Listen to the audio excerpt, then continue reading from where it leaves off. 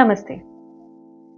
Simple ಆಗಿ ಒಂದು ಪರಿಹಾರದಲ್ಲಿ ನೀವು ಮನೆಯಲ್ಲಿಯೇ ಸರಳವಾಗಿ ಮಾಡ್ಕೊಳ್ಬಹುದಾದಂತಹ ಕೆಲವೊಂದು ರೆಮಿಡೀಸ್, ಕೆಲವೊಂದು ತೊಂದರೆಗೆ ಸೊಲ್ಯೂಷನ್ ಅನ್ನ ಹೇಳ್ತೀವಿ.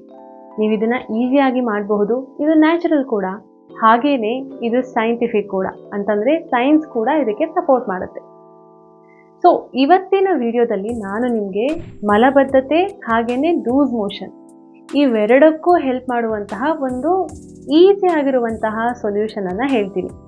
ನೀವು ಇದನ್ನ ಮನೆಯಲ್ಲಿಯೇ ಆರಾಮಾಗಿ ತಯಾರಿಸ್ಕೊಳ್ಬಹುದು.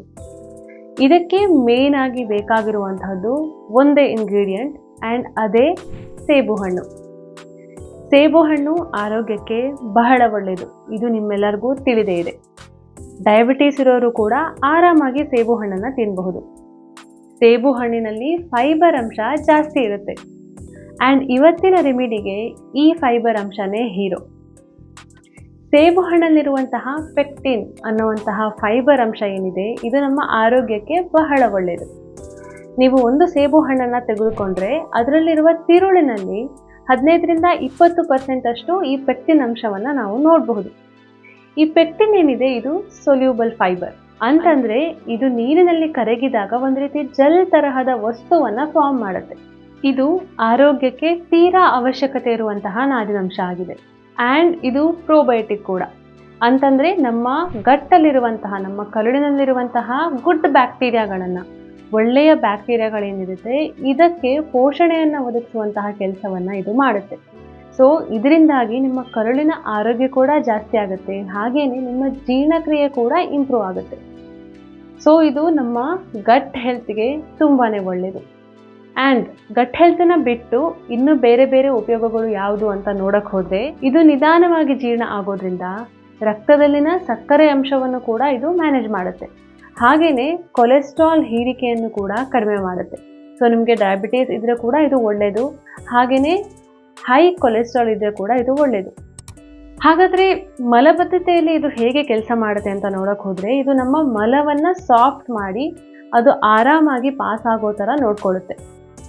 ಆ್ಯಂಡ್ ಲೂಸ್ ಮೋಷನ್ ಇರುವಾಗ ನಮ್ಮ ಕರುಳಿನಲ್ಲಿರುವಂತಹ ಎಕ್ಸ್ಟ್ರಾ ನೀರನ್ನು ಇದು ಹೀರ್ಕೊಂಡು ಜೆಲ್ ರೀತಿ ಫಾರ್ಮ್ ಆಗೋದ್ರಿಂದ ನಿಮ್ಮ ಮೋಷನ್ ಏನಿದೆ ಅದು ಸರಿಯಾಗುವಂತೆ ನೋಡ್ಕೊಳ್ಳುತ್ತೆ.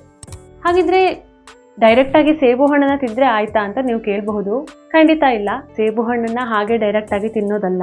ನಿಮಗೆ ಮಲಬದ್ಧತೆ ಇದ್ದರೆ, ಅಂದರೆ ಕಾನ್ಸ್ಟಿಪೇಷನ್ ಇದ್ದರೆ, ಸೇಬುವನ್ನು ಸಿಪ್ಪೆ ಸಮೇತ ಕಟ್ ಮಾಡ್ಕೊಳ್ಳಿ. ಇದನ್ನು ಹೇಗೆ ತೊಳಿಬೇಕು ಅನ್ನೋದನ್ನು ನನ್ನ ಹಣ್ಣುಗಳ ವಿಡಿಯೋದಲ್ಲಿ ನಾನು ಡೀಟೇಲ್ ಆಗಿ ತಿಳಿಸಿದ್ದೀನಿ. ಆ ವಿಧಾನಗಳನ್ನು ಅನುಸರಿಸಿ ಸೇಬು ಹಣ್ಣನ್ನು ಚೆನ್ನಾಗಿ ತೊಳ್ಕೊಳ್ಳಿ. ಅದರ ನಂತರ ಸಿಪ್ಪೆ ಸಮೇತ ಸೇಬು ಹಣ್ಣನ್ನು ಚೆನ್ನಾಗಿ ಕಟ್ ಮಾಡಿ ಬೀಜ ಇರುವಂತಹ ಪಾರ್ಟನ್ನು ತೆಗೆದುಹಾಕಿ, ಅದಕ್ಕೆ ಒಂದು ಸ್ವಲ್ಪ ನೀರನ್ನು ಹಾಕಿ ಅದನ್ನು ಚೆನ್ನಾಗಿ ಬೇಯಿಸ್ಕೊಳ್ಬೇಕು. ಅದು ಮಷಿ ಆಗಬೇಕು, ಅಂತಂದರೆ ತುಂಬ ಸಾಫ್ಟ್ ಆಗಬೇಕು. ಲೂಸ್ ಮೋಷನ್ ಇದ್ದಲ್ಲಿ ಸಿಪ್ಪೆಯನ್ನು ತೆಗೆದು ಸೇಬು ಹಣ್ಣನ್ನು ಕಟ್ ಮಾಡಿ. ಸಿಪ್ಪೆಯನ್ನು ಯೂಸ್ ಮಾಡೋ ಹಾಗಿಲ್ಲ. ಬೀಜದ ಪಾರ್ಟನ್ನು ತೆಗೀರಿ, ಸಿಪ್ಪೆಯನ್ನು ತೆಗೀರಿ, ಸೇಬು ಹಣ್ಣನ್ನು ಚೆನ್ನಾಗಿ ಕಟ್ ಮಾಡಿ ನೀರನ್ನು ಹಾಕಿ ಬೇಯಿಸ್ಕೊಳ್ಳಿ. ಮಲಬದ್ಧತೆ ಇದ್ದಾಗಲೂ ಕೂಡ ಅಥವಾ ಲೂಸ್ ಮೋಷನ್ ಇದ್ದಾಗಲೂ ಕೂಡ ನೀವು ಸಿನ್ನಮೋನ್, ಚಕ್ಕೆ ಅಂತ ಏನು ಕರಿತೀವಿ, ಇದನ್ನು ನೀವು ಆ್ಯಡ್ ಮಾಡ್ಕೊಳ್ಬಹುದು. ಸೊ ಚೆನ್ನಾಗಿ ಬೇಯಿಸಿ ಅದು ಮಷಿ ಆಗೋ ತನಕ ಬೇಯಿಸಿ ಅದನ್ನು ಖಾಲಿ ಹೊಟ್ಟೆಯಲ್ಲಿ ಸೇರಿಸಬೇಕು. ಸೊ ನಿಮ್ಮ ಡೈಜೆಸ್ಟಿವ್ ಸಿಸ್ಟಮ್ ಒಂದು ವೇಳೆ ಸೆನ್ಸಿಟಿವ್ ಇದೆ ಅಂತ ಆದರೆ ಸಿಪ್ಪೆಯನ್ನು ತೆಗೆದೇ ಬೇಯಿಸ್ಕೊಳ್ಳಿ. ಯಾಕಂದರೆ ಸಿಪ್ಪೆ ಇದ್ದರೆ ಡೈಜೆಸ್ಟಿವ್ ಸಿಸ್ಟಮ್ ಸೆನ್ಸಿಟಿವ್ ಇದ್ದಾಗ ನಿಮಗೆ ಸ್ವಲ್ಪ ತೊಂದರೆ ಆಗಬಹುದು ಜೀರ್ಣ ಆಗೋದಕ್ಕೆ. ಇದು ಒಕೇಶ್ನಲಿ, ಅಂತಂದರೆ ಎಲ್ಲೋ ಒಮ್ಮೊಮ್ಮೆ ಆಗುವಂತಹ ಕಾನ್ಸ್ಟಿಪೇಷನ್ ಅಥವಾ ಲೂಸ್ ಮೋಷನ್ ಸಂದರ್ಭದಲ್ಲಿ ತುಂಬ ಚೆನ್ನಾಗಿ ವರ್ಕ್ ಆಗುತ್ತೆ. ಬಟ್ ನಿಮಗೆ ತುಂಬ ಲಾಂಗ್ ಟರ್ಮ್ ಕಾನ್ಸ್ಟಿಪೇಷನ್ ಇದೆ, ಬಹಳ ದಿನಗಳಿಂದ ಲೂಸ್ ಮೋಷನ್ ಅಥವಾ ಕಾನ್ಸ್ಟಿಪೇಷನ್, ಮಲಬದ್ಧತೆ ಯಾವುದಿದ್ರೂ ಕೂಡ ನೀವು ಅದರ ರೂಟ್ ಕಾಸ್, ಮೂಲ ಕಾರಣ ಏನು ಅಂತ ಹುಡುಕ್ದೇನೆ ಇದನ್ನೊಂದೇ ಮಾಡಿದರೆ ನಿಮಗೆ ಅದು ಸರಿ ಹೋಗದೇ ಇರಬಹುದು. ಸೊ ನಿಮಗೆ ತುಂಬ ಟೈಮಿಂದ ಮಲಬದ್ಧತೆ ಆ್ಯಂಡ್ ಲೂಸ್ ಮೋಷನ್ ಯಾವುದಿದ್ರೂ ಕೂಡ ನೀವು ಅದನ್ನು ರೂಟ್ ಕಾಸನ್ನು ಹುಡುಕಿ ಅದನ್ನು ಸರಿಪಡಿಸ್ಕೊಳ್ಬೇಕು. ಆವಾಗ ಮಾತ್ರ ಅದು ಸರಿ ಹೋಗುತ್ತೆ.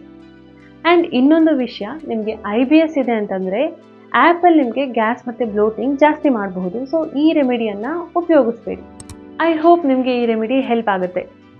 ಇನ್ನು ಮುಂದಿನ ದಿನಗಳಲ್ಲೂ ಕೂಡ ನಾನು ಇದೇ ರೀತಿ ಸಿಂಪಲ್ ಆಗಿರುವಂತಹ ಸೊಲ್ಯೂಷನನ್ನು ವಿಡಿಯೋಗಳ ಮೂಲಕ ನಿಮಗೆ ತಲುಪಿಸ್ತೀನಿ. ಚಾನಲ್ನ ಸಬ್ಸ್ಕ್ರೈಬ್ ಮಾಡೋದನ್ನು ಮರಿಬೇಡಿ. ಆ್ಯಂಡ್ ನಿಮ್ಮ ಫ್ರೆಂಡ್ಸ್ ಮತ್ತು ಫ್ಯಾಮಿಲಿಗೂ ಕೂಡ ಈ ವಿಡಿಯೋನ ಶೇರ್ ಮಾಡ್ಕೊಳ್ಳಿ. ಧನ್ಯವಾದ.